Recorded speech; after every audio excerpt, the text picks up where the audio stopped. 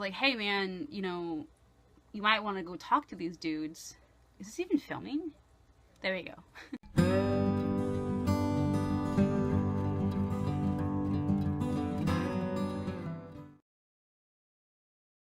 Hey everybody, it is Tuesday the 13th at 2:30 p.m.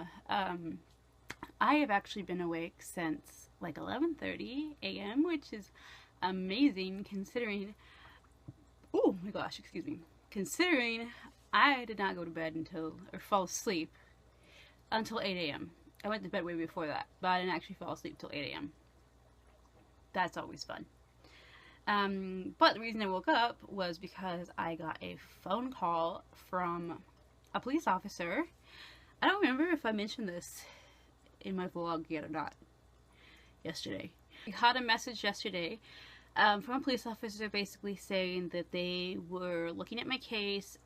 Apparently they caught the guy, the driver, I guess. I don't know.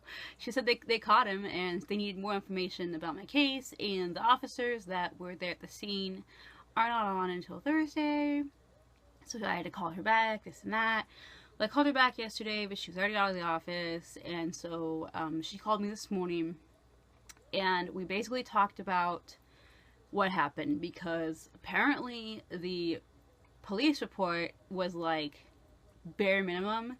They're like, there were witnesses, but no statements, no names taken, nothing. They just said, yes, there were witnesses. Like, hello?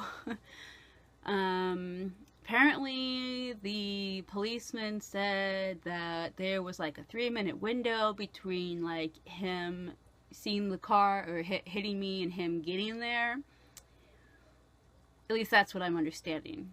I might be wrong, but that's the way that she told it to me, was there was a 3-minute window, and I'm like, no, that's false, because I specifically remember I was sitting there and I'm like, oh my gosh, they're running, you know, so they hit me, we sat there, we stared at each other for a few seconds, they got out and they ran. I'm like, oh, they're running, and I was like, I should call 911, and so I was like, sorry, call 911, I look up, boom, there's the cop. So, I mean, this was, I doubt even a minute, but at the absolute most, it would have been a minute between when they hit me and when I saw the officer. So it doesn't mean he wasn't there before that. It just means that's when I saw him.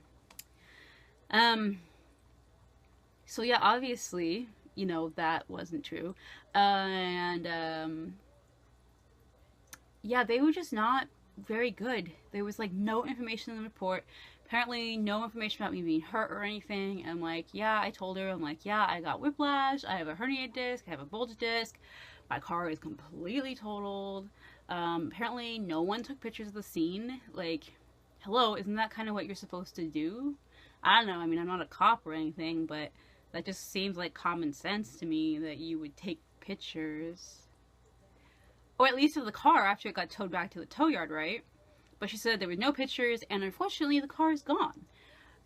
Which means they scrapped it. And they didn't take prints, they didn't do anything. So now the problem is proving that this dude they caught was the same dude that was behind the wheel when they hit me. That's gonna be fun, because I'm really the only one that saw his face, at least that's what they know. But it was so quick, and it was like, I was looking at him, I'm not thinking, oh, this guy's gonna run, like, maybe I should look at his face. No, I was thinking, oh my gosh, they just lost control of their car and hit me. And then all of a sudden, him and the passenger, and, so apparently, like, the witnesses said it was female passenger. I honestly don't know. All I saw was there was a person, but I couldn't even tell you the gender of the person. Like, I was so, like, shook up. I just remember seeing the driver. But I remember, yeah, like, I'm thinking, oh my gosh, they just lost control of their car, and they hit me, and then we look at each other for a few seconds, and I'm like, huh, what just happened, you know, and then they start to get out of the car, like, really fast, like, all of a sudden he's like, you know, get out of his car, and I'm like, oh, they're coming to make sure I'm okay, because they just hit me, right? No, they ran. And so, I remember I told the cop too, I was like, yeah, there were even two guys that came from behind me that chased him, and I just remember hearing them say like, yeah, you better run. And the cop thought that was pretty funny too. But the thing is, no one took their names, and I told the officer who took my statement, I said, hey, by the way, there were two guys back there that chased him down. So I was like, hey, you know, you might want to go talk to these dudes because they chased him. They might have seen him. They're like, okay, yeah, you know, we're looking for him, blah, blah, blah. And basically, before I even left the scene, they were already towing my car. And it was like, they cared more about clearing the accident site and not, like, backing up traffic than they did about taking care of my case. And I mean, I can't say that, like, that's the truth. It's just that's what it seemed like to me. So yeah, the car is gone, so there's no way the officer was like, yeah, I, you know, would love to go down there and print it and see if I could, like, see any prints, prove, yes, this was the guy that was there, but the car is gone. And she said, the sad truth of the matter is that they are under budget, like, so they're low budget and understaffed, which is true. Unfortunately, the Portland police are extremely underpaid, extremely understaffed, and so then you have problems like this with, like, no one is able to truly do their job because they have so many stuff coming at them all the time. They can't, like, focus on one thing. So it's really frustrating. But I am a little perturbed at the officers there, and she was too, which is like, she was like, I'm gonna, because when I told her, I was like, yeah, I looked up and the cop was right there, you know, and she's like, I'm gonna add that to the barrage of questions I'm gonna be asking them when they come back to work. Because apparently this chick is Officer, I think she said Officer Officer Cumber, and she is with the traffic department, I guess. But yeah, she seemed really nice, seemed really like she wants to help me get this figured out, so I'm like, thank you, finally something's moving. I mean, this was back in December 9th, and it's now March 13th. It's been a while. And she said the only reason really why it was brought to her attention in the first place was because there was a request from a lawyer for the police report. And I told her, yeah, that's my lawyer, you know, please give it to him. And she said she didn't release it because she didn't know if it was the defense that wanted the information, and she's like, no. So I told her, I'm like, oh no, that's my lawyer, you know. She's like, okay, I'll go ahead and release it to him. So I hopefully should be meeting with my lawyer sometime soon, getting this figured out. It's just really frustrating because it has caused me so much heartache, not only physically, but like I don't have a car anymore. It's been like hard to do all these things. It took me a while before I could drive again, and even now still, it's been a few months, and even now I'm still like, every now and then I'm like really flinchy in the car, like I'm way more cautious. I'm like, holy crap, I don't want this person to hit me, you know. And I mean, I still remember it vividly, like it just happened. Yeah, it was pretty intense.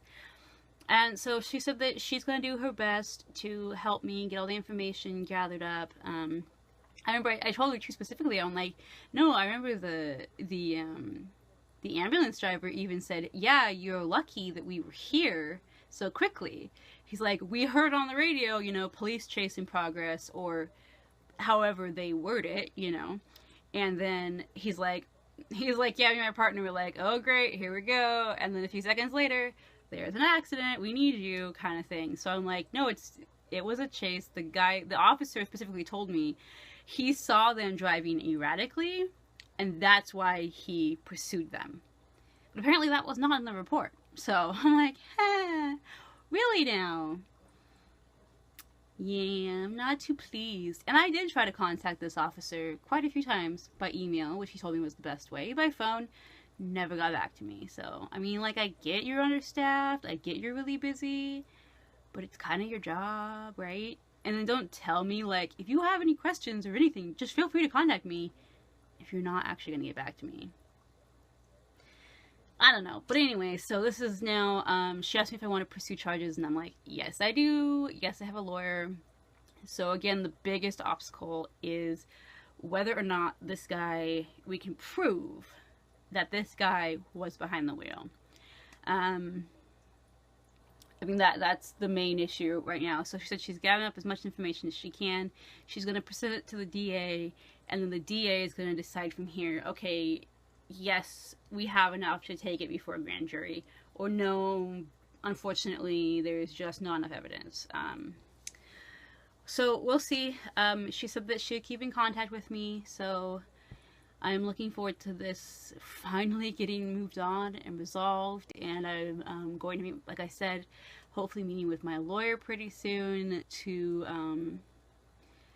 kind of like figure out where to go from here. You know, how do we take legal action against him, against the city if need be, which, as much as I would hate to do, even my boyfriend's dad, who was a cop for he was a Boise detective for many, many years, the first thing out of his mouth was go after the city, because it was a police chase, and they most likely would not have hit me if it was not a police chase. So, as like much as I feel bad, I'm like, I can't really feel bad because it kind of is their fault. And it could have been a lot worse. Like, she even asked me, she's like, if someone saw the damage to your car, would they be able to think that someone was injured? And I'm like, oh, heck yes. If you guys would go back and watch my my other video about the car accident and stuff, you'll see pictures of the damage and everything. And it was bad. Like, every time I see my car again, I'm like, oh, gosh. Everyone told me, like, you are so lucky that you're not more injured, because that's how bad the crash was. Yeah, it was nasty. So yeah, that's what I've been dealing with right now. So I'm like excited and frustrated and all at the same time. And it's really hot in my room, so that's why I'm in a tank top, even though it's actually cold outside. It's raining right now. Yeah, but you know, it's warm in here, and I'm like sweating. Probably because I'm just like, yes, justice. But yeah, so I don't really know what my plan is for the rest of the day. I guess just kind of depends on how my health goes, how I feel. Right now I feel okay, but I'm still with the frickin' flu, and I just don't want to make myself worse. And I have a tendency of overdoing it. Yesterday I think I overdid it because I was out and did a lot of things. And then I got the migraine, and then I slept and then woke up and couldn't sleep again. So I'm like, oh my gosh.